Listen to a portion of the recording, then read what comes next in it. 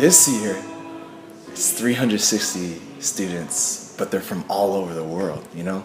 Like they're coming from Japan, they're coming from Africa, from Europe, and even South America maybe, I'm not sure. But what I firmly believe is 360 is a representative of the world. And so when we see situations like North and South Korea, and that's incredible. Like the fact that they would meet, amazing. No one can deny that in and of itself is an incredible event. And for me, and what I really believe what this is for God is that it's a door opened of many other doors needing to be opened. It's the initial one, is that no unity can happen when there is no communication. That's a fact. We live as people of language. One of my pastor always says, it's like we live in language, right? Like that's what we swim in, you know? And like when we communicate, we create this give and take. And the give and take is where God can actually work, right? And so, however, what I believe is that this is just a door opened. And there's many different directions that this can go.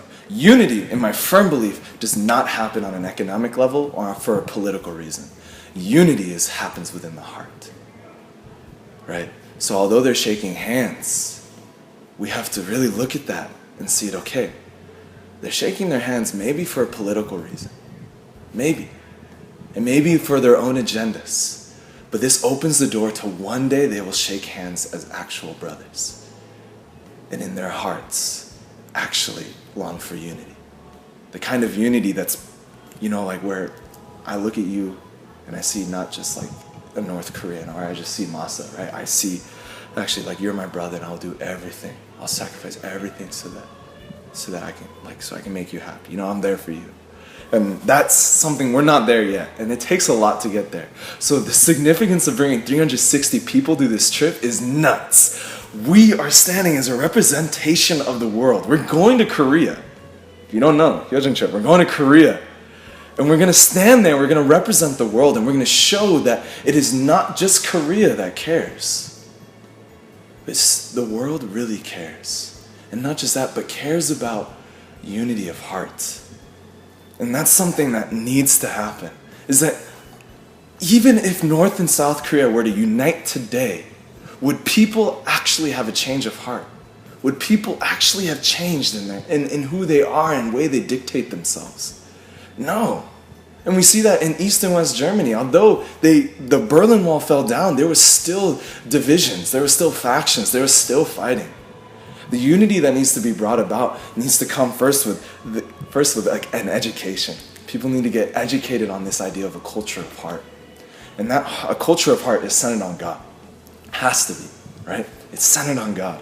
If we bring that. We don't go there to educate, of course, but we bring that spirit. And that spirit becomes an inspiration. And as we know, inspiration is like lighting a match. And it's significant. We connect with Japanese CARP, we connect with Korea CARP for a reason. Is that we are going there representing the world to show them that we're on fire. And they may be on fire as well. When two fires come together, right, we're creating explosions with this trip. So when we go there, like whoever you are, like we're representing something far bigger. And in this time and age, it's absolutely needed. What needs to happen is youth especially, that are centered on God, that have a pure heart, that just want to offer something, are really showing that beautiful culture. And I think that's revolutionary. And it's really what North and South Korea need.